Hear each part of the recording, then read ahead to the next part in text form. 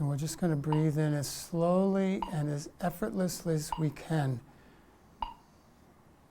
with the timing of inhale, 2, 3, 4, exhale, 2, 3. Remember, fully relax the exhale. Inhale, 2, 3, very delicate.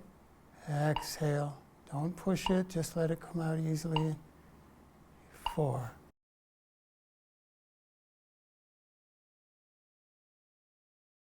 So slow, so effortless now. Head, 2, 3, 4.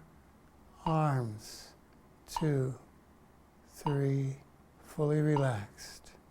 Torso, 2, 3, 4.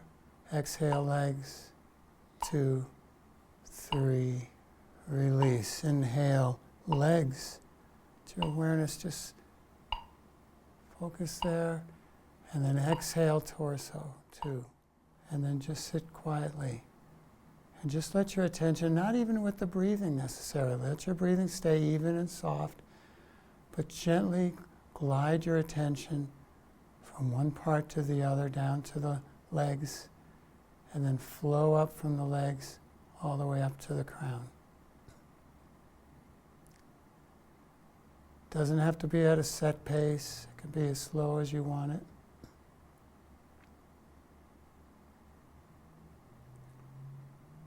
As you go from the head into the arms, etc., see if you recognize some of the landmarks in any of those parts. For instance, the nose, or the tongue, or the throat, or the elbow. Just not trying to look for anything, just observing.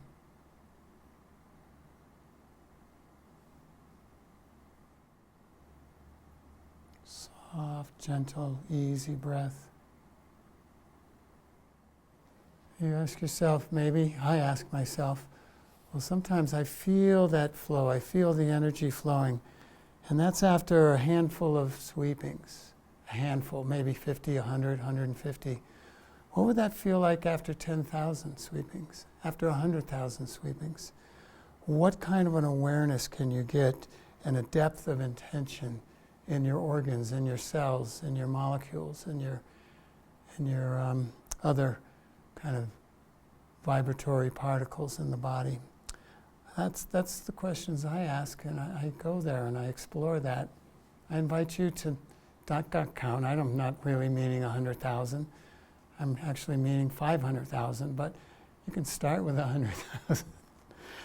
But that thing that always just sticks with me from the first time I read a little bit in the Upanishads, these ancient texts.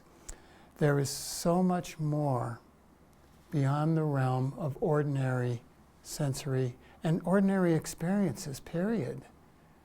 But they don't just happen. Maybe if you take some psychedelics or something, but that's not your own awareness. That does have some benefit. But what happens when you bring your attention slowly and allow that to evolve? Remember at the end of the exhalation, there's a fully relaxation.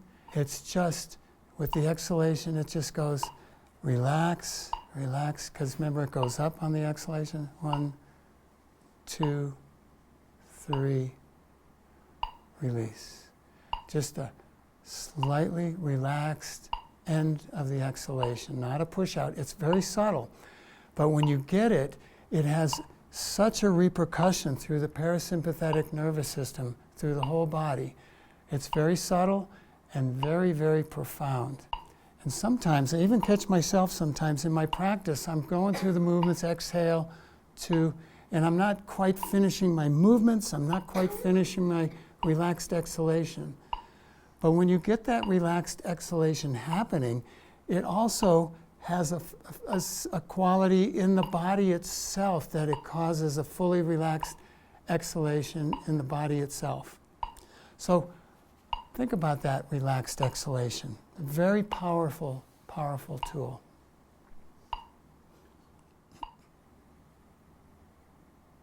Gently open the eyes.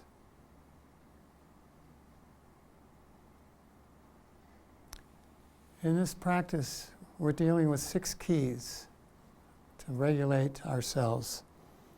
Sensory awareness, chi energy, vagus nerve, coherent breathing, the ability to integrate and differentiate the subtle parts of our physical body, and the postural integration, both structurally and functionally. You could think of these as individual sections of an orchestra. And within each of these sections, there's multiple parts, many parts to our vagus nerve, many parts to our differentiations. So it's good to have a conductor. Because if we just kind of play with all the parts and just let them flow back and forth, and sometimes that's even fun to do. Today I introduced a conductor, the fully relaxed exhalation. The conductor was a way of fully relaxed and bringing our body back into all the parts, back into beat with each other. The more harmoniously we flow through these 6 parts as a unified orchestra, the more depth and benefit we get from it. Not to say that just doing the movements, doesn't bring a lot of benefit as well. So today we did the fully relaxed exhalation. Hope you all have a wonderful weekend. Thanks, everybody.